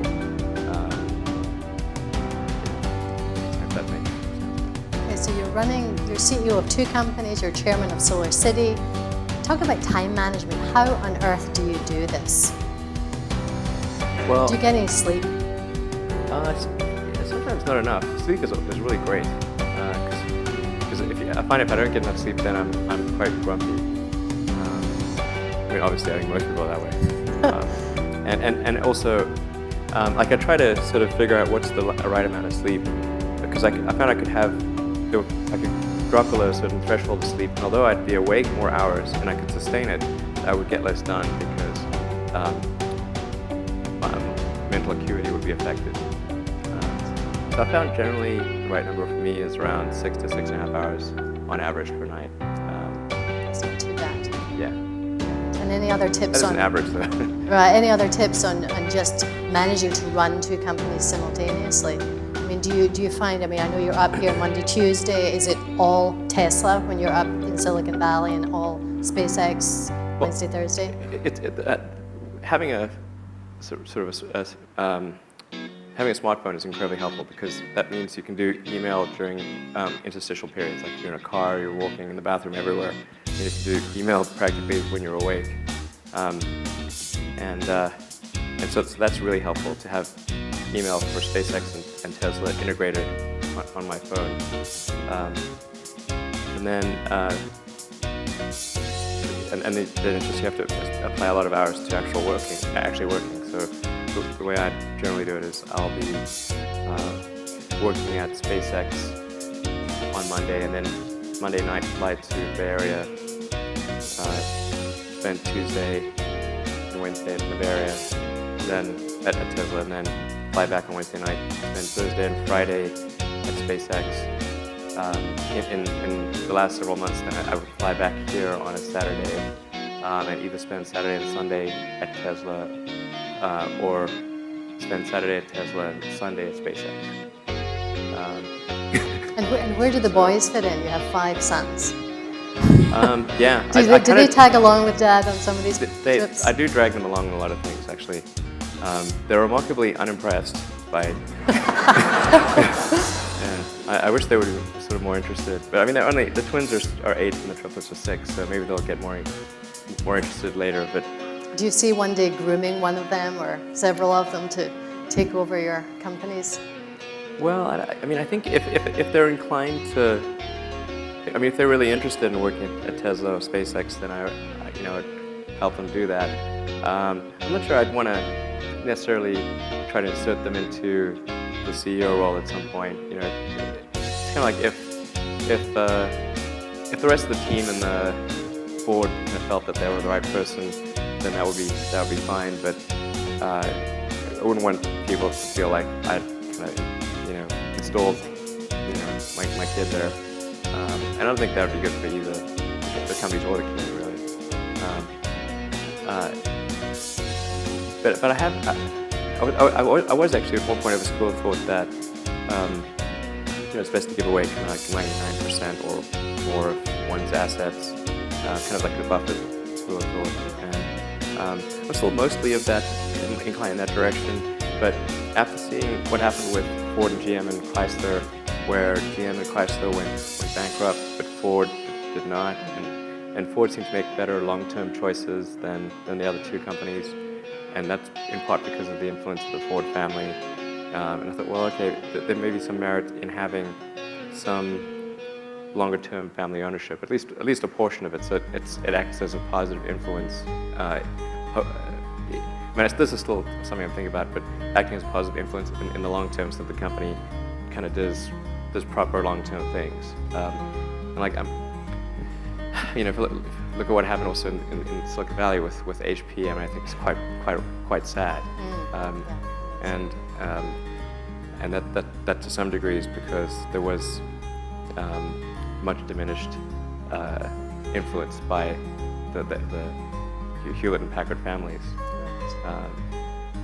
So I think they should have prevailed in their, where they were opposed to the merger that took place at one point, and I think they were right, actually. And looking to the future for SpaceX, is there an IPO plan for this year? No, there's no IPO plan. Let's say running a public company does have its drawbacks. So you're not in a hurry? No. In the case of Tesla and SpaceX, we had to raise capital, and we had kind of a complex equity structure that needed to be resolved by going public, and so I thought we kind of needed to do that in those two cases. We don't have to do that in SpaceX. I think there's a good chance we will at some point in the future, but SpaceX's objectives are super long term, and the market is not. So I'm a bit worried that if we did go public, certainly if we went public too soon, that the market pressure would force us to do short-term things and abandon kind of long-term projects. Like going to Mars? Right, going to Mars, very long-term. Yes, that's an important one. So you do have other projects on the back burner. You've talked about the Hyperloop, a way of getting people from downtown LA to downtown San Francisco in under half an hour, an electric supersonic airplane. Yeah. Which of those two are bubbling up that we might hear more about in the near future? Well, I did promise that I'd do some paper on the Hyperloop idea, and things got a little hectic towards the end of last year because I'd committed to make these milestones at Tesla to the public markets, and I had to stay true to that obligation, which required just an insane level of work and attention. And then we also had the Solar City IPO, which was a very difficult IPO to get done. And that IPO occurred just by the skin of its teeth. It was such a tough one. Were you just determined it had to be in December? Well, if it wasn't in December, it would mean pushing it out, quite a bit. And the problem is that we'd already pushed it out quite a bit. So if we didn't go public, we'd have to do a private round, and then the whole thing wouldn't feel right. It's like you're sitting at the altar, and you don't do the wedding. It's like a bit awkward. To say the least. Yeah. So we really needed to do it, and I think if we hadn't done it, people would have looked at it as a failure, and it would have been good. Because there's just been too many failures in the solar, or not enough success in the solar arena. They needed to be we need to chalk up the success. Yeah, it was a rare piece of sunshine from solar. Right, last exactly. year, that's for ironically, for a solar industry, does not have a lot of that. Yes. So it's time, unfortunately, for our last question. You've come a long way since you were that 6-year-old little boy breaking the rules. You turned 42 this year. Right. What is on the cards? Where do you see yourself in 10 years' time, 20 years' time, 40 years' time? Because you famously said you want to die on Mars, just not on impact. Right. Exactly. Tell us about that dream. Yeah. Well, I actually was asked by a journalist, "Do you want to die on Mars?" And I said yes. But I was like, "But wait, not on impact. Just to be clear, that's one of the possibilities." Yeah. So I guess I mean I'd like to be able to go to Mars while I'm still able to manage the journey reasonably well. So I think like I don't want to be like 75 to go to Mars. You don't want to take yourself up. Right. You know, it could be, at least in the beginning, could be, mildly arduous. So, I'd like to get there. I don't know. I mean, ideally in my 50s, that would be kind of cool. So you see that happening in the next... Well, I mean, I aspire to make that happen, and I can see the potential for that happening. I'm not saying it will happen, but I think it can happen. I'll try to.